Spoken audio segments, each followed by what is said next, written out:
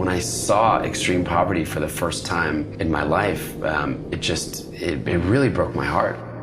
And among all of the things that I'd seen, the one thing that just didn't sit right with me, the one thing that wasn't okay on my watch was the fact that people were drinking dirty water. 52% of all sickness throughout the developing world is because of bad water and a lack of sanitation. Half of the sick people could be made well in all of these countries where people were suffering if they just had the most basic needs.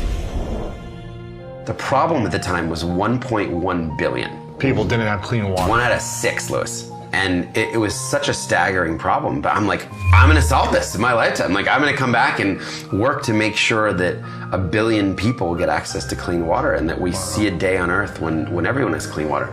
So that was kind of the big idea. The mission was gonna be clean water for everyone in my lifetime. 1 billion people. 1 billion at the time. What's it at now? 663. 663 million people don't have clean water. Yeah, 1 in 10. So we've made a lot of progress. We're getting there. Our work is to end the needless suffering of people right now with water. It's to serve people. It's to build a movement of generosity and compassion and love and giving. When we solve the water crisis, when we actually see a day when no human is drinking dirty water, we're not just gonna drop our mic. We're gonna then take our community. We're gonna take everything we've learned and focus on another issue. Maybe it's the fact that nobody should go to bed hungry. So it's really a never-ending pursuit. But if the pursuit is not in selfishness, if the pursuit is a pursuit of the benefit of others, it feels different. You can find a real joy and a release in that. I tell a story of a woman named Helen Appiah in northern Uganda who, for the first time in her life, gets clean water close to her house and doesn't have to walk hours anymore, and tells us that for the first time in her life, she feels beautiful because she has enough water to wash her face and her clothes and her body and keep clean. And, you know, we learn after talking to her that she'd been making sacrifices and putting her children and her husband first.